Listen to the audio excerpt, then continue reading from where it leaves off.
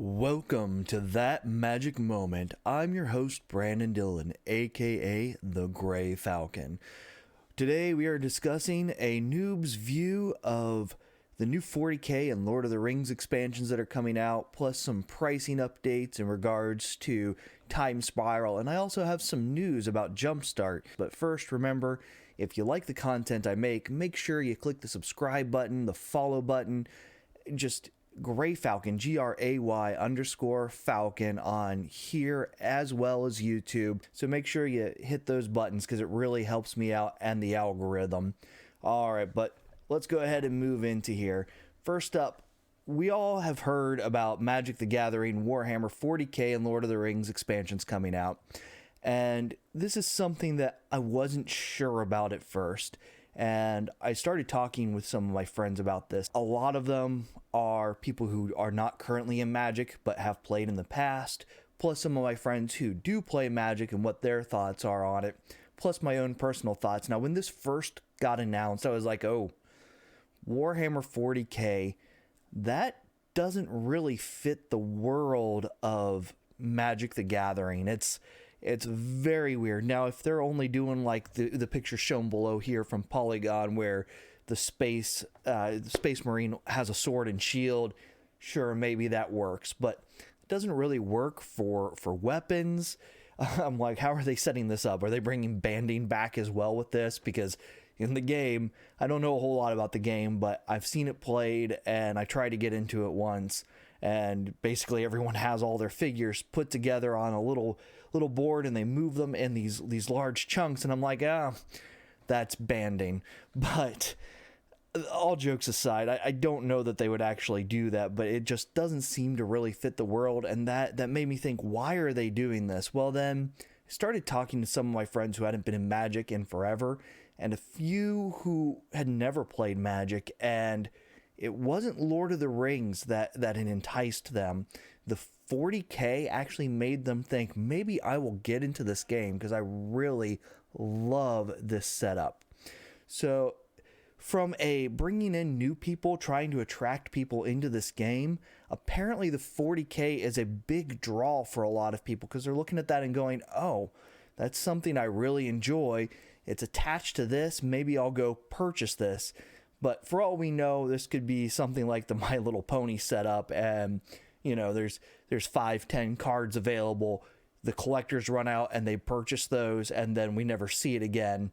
But if this is an actual full-on set, this could actually draw in and bring a lot of people into Magic that hadn't been interested in or had lost interest in it for a long time. So I was kind of surprised to see that this actually had that much draw with my friends that just weren't in the game. On the other hand, though, the 40k, for anyone who was playing Magic, looked at that and go, what? This isn't good for our game. You're going to ruin this. You're going to create this expansion, and it's just going to hurt the overall view of it. It's going to hurt how we play it because it just doesn't fit into the world. It doesn't fit the lore. It's not what this world is built around.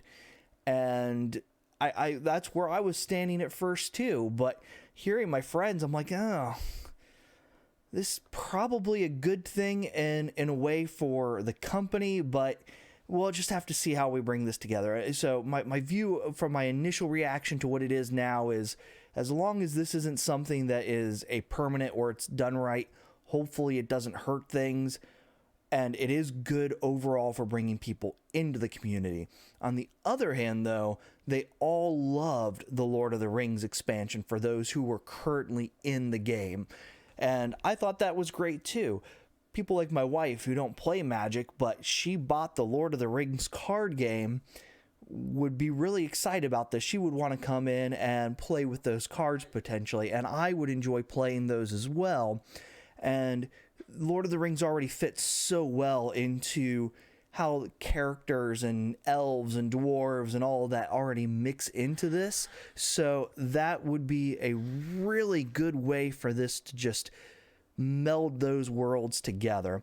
So the people who already play found that exciting. However, people who were not part of this, I found most of them did not actually like the idea of Lord of the Rings. It wasn't something that was going to draw them into Magic the Gathering. Let me know what you think. Are you excited about the 40K?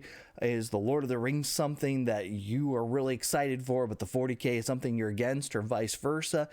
And now I want to go ahead and talk a little bit about Jumpstart, because as it turns out, it's coming back. The other day, I was able to pick up a box of Jumpstart that is being released, sold by, and shipped by Amazon. So that means Wizards has reprinted and making some of this available, and they dropped it at a $91.33 price.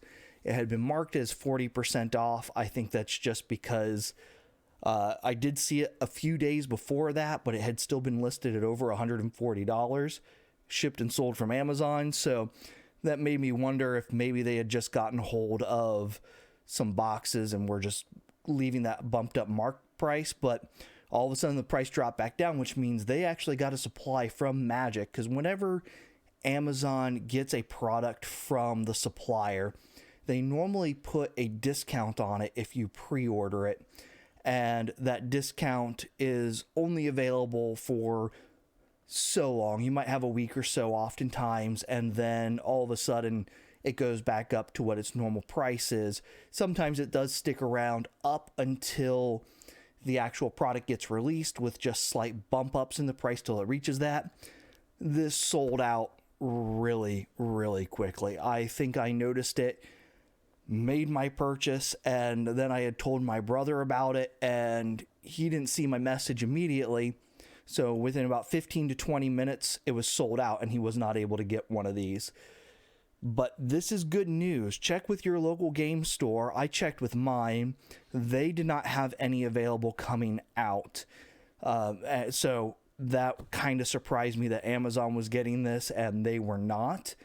However, your local game store might be different, but I did check with two of mine. One of them said that there was no information on it coming out at all. The other one said it would probably be this summer by the time they got more of them.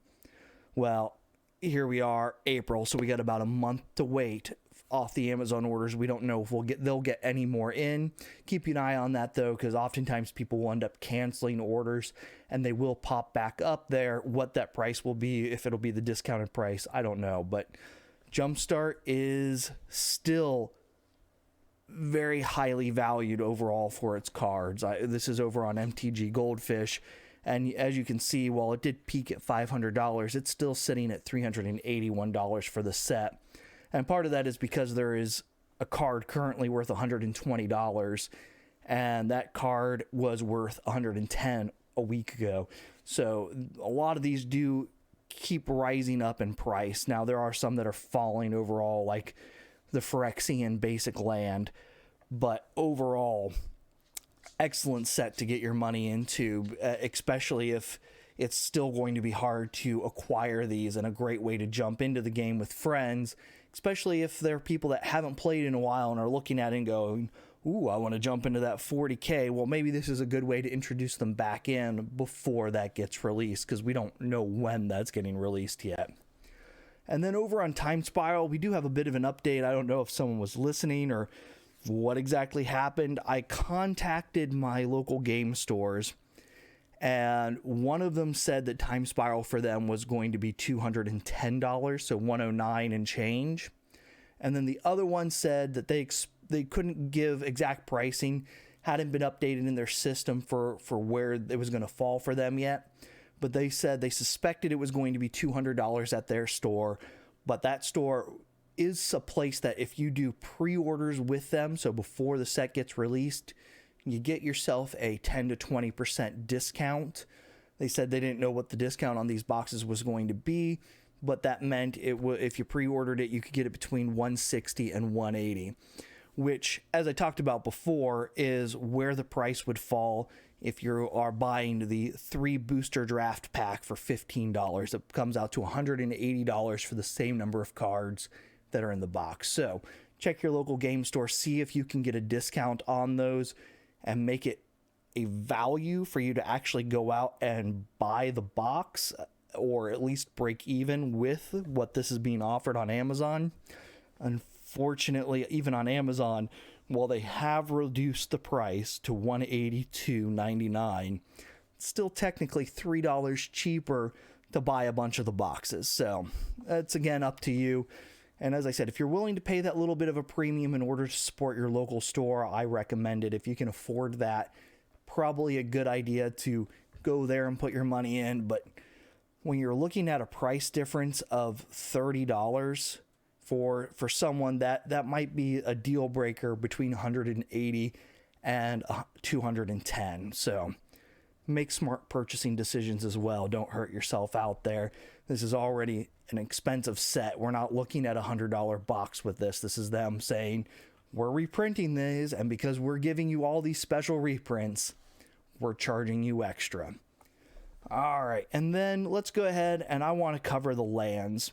So this is the lands that are in the set. So we'll start with these, and then we'll go to the bonus sheet lands. But our first one listed here is a white-blue. It taps for generic, just generic when you put it out. However, you can tap one, put a storage counter on it, and then later on, or even same turn, you can pay another one and remove however many storage counters you want to add X mana of any combination of white or blue. And you'll see that this is kind of the common trend. This happens for all these different ones. So if you want to build up storage counters, you just have a little bit of extra mana that you didn't spend maybe on the upkeep or the end step of the person before you. You go ahead and you toss on one of these storage counters for your next turn or something. This is worthwhile. I don't know. This is the kind of thing that can be helpful in some circumstances, but it really requires time to build up and isn't necessarily worth all the effort that's going to be put into these most times. So kind of circumstantial for these. But we also have that in green-black, and we'll see more coming down here. But then we also have the Dryad Arbor, and this is a land creature. It is a 1/1, and so you get that as a creature and a land right off the bat. So a creature that's fetchable from a land fetch because it's a forest. So you use your fetch land, you go and pull this out, drop it in, and now you have a 1/1 blocker if you absolutely need it. Otherwise, it is land. And because it's land, it has that extra protection, and you can kind of Voltron it up from the get-go early in the game.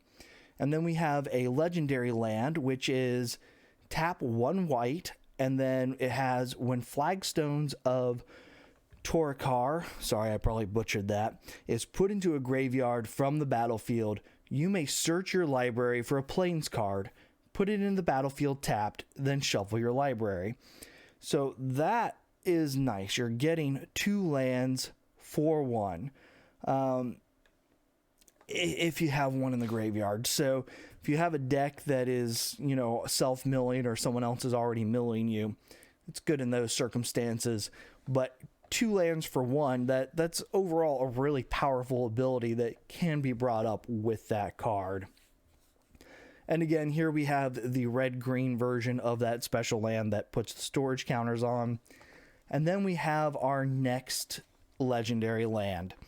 If Gemstone Caverns is in your opening hand and you're not the starting player, you may begin the game with Gemstone Caverns in the battlefield with a luck counter on it. If you do, exile a card from your hand. Okay, so what's a luck counter going to do for us? Well, you add 1 generic. If Gemstone Caverns has a luck counter on it, instead add 1 mana of any color.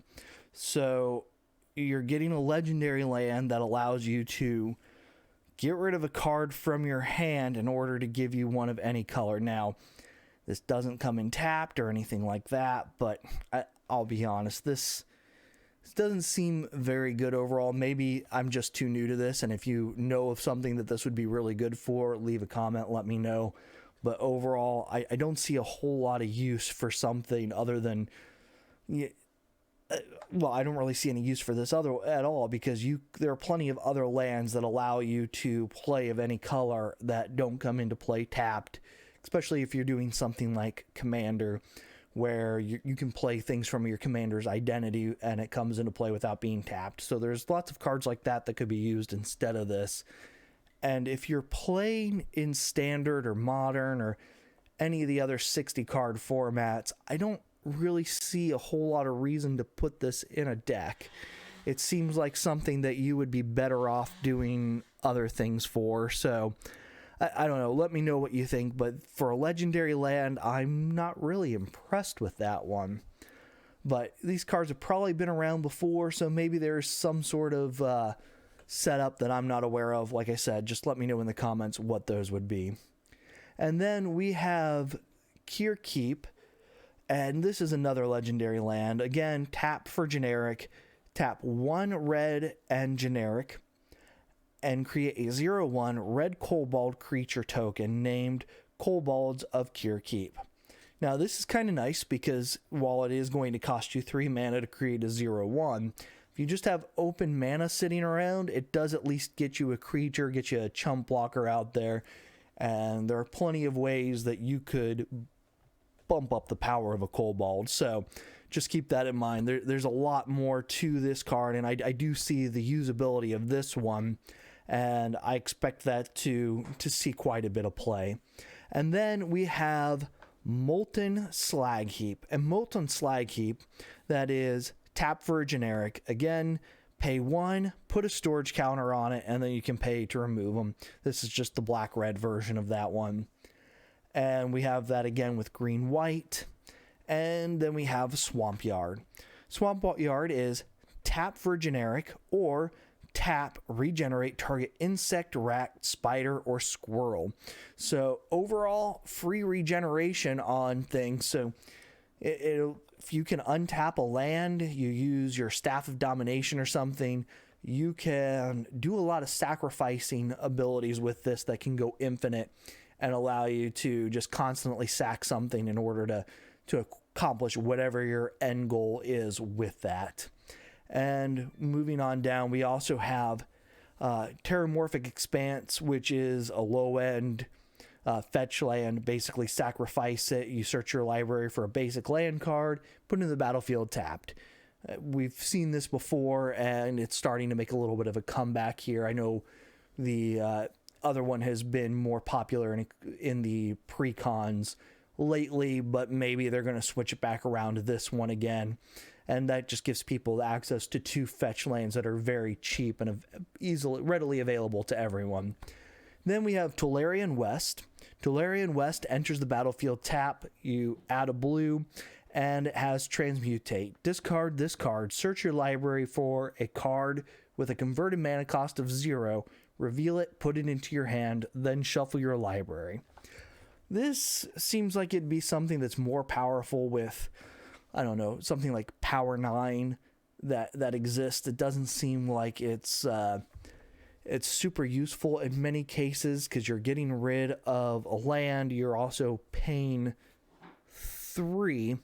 Now you can tap itself to be one of those, but really I don't know what a whole lot of point of that is in a standard or modern deck. So, or maybe even in Commander, I don't know that there's a whole lot of use for something like this outside of very specific cases, and I don't know how many of those that there actually are. Again, this is one of those things, let me know if you have an idea on this one, but overall I don't see that getting a whole lot of play outside of being used for its blue. And in most cases I look at that and I go, well, I'd rather just have a basic land because it doesn't come in tapped. And then we have the Erborg Tomb of Yawgmoth. Each land is a swamp in addition to its other land types. I already have one of these. I think it's a pretty good card if you're playing a multicolor thing, and it just kind of helps you prevent yourself from getting screwed on swamps. You're not going to be mana screwed on black. So that is a nice advantage of this. It also allows you to go in and I believe I could be wrong, but I believe you can also use this to search your library for a land card when you use a fetch land, and because it's also a swamp, it allows you to pull those out as well. However, it doesn't say library as well. So I just the way it's worded, though, it does make me believe that it is every land that you control. I'll have to look into that a little bit more, but I had a friend that played it this way and told me that's how it works, so we'll find out whether or not I was being lied to or not. And then, of course, we have Ursus Factory, which we've seen a couple of times, which is add 1 generic and then 7 to create a 2/2 color assembly worker, which really only good if you're able to go with unlimited mana and be able to untap this an unlimited number of times in order to create a bunch of assembly workers and just overrun your enemies. And finally, we have Visura, sorry, probably butchering that one as well, but that one, you may have Visura enter the battlefield tap as a copy of any land on the battlefield. So this is an awesome ability because now you can copy legendary lands of someone else. If someone else has played the World Tree, you now have a World Tree. It is a wonderful, wonderful card for being able to just go out and take advantage of other things that your players might, your opponents might have out for some sort of special advantage on a land, and now you have that advantage as well. And then when we go over to the bonus sheet, we're going to take a look and we see Ancient Den, which is an artifact land, and you tap it for 1 white. We have Arch of Orzera, a land that taps for generic. Pay 5, draw a card, activate this ability only time you have the city's blessing. We have Blighted Woodland, which again, tap for a generic, pay a green and 3 generic, sacrifice Blighted Woodland, search your library for 2 basic land cards, put them into the battlefield tap, then shuffle your library.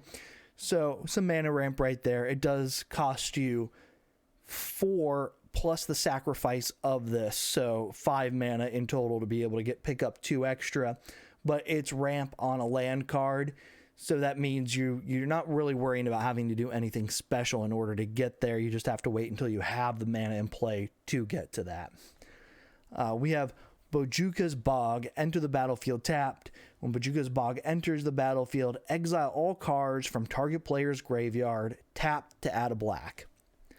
Then we have Field of Rune, add a generic, tap 2 generic, and this card, sacrifice Field of Rune, destroy target non-basic land and opponent controls.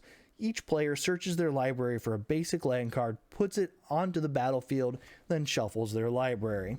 So this, in conjunction with playing like Visura, where you copy a legendary land, you now have that land, and then you play this and sacrifice it, and you take away their special land and replace it with a basic land, and you're getting that, of course, you're giving it to all of your opponents. So Commander, you might be giving away 3 lands to your opponents and only getting 1 for yourself, but you did get rid of that legendary land that may have been causing problems for you while still getting it for yourself with that other card.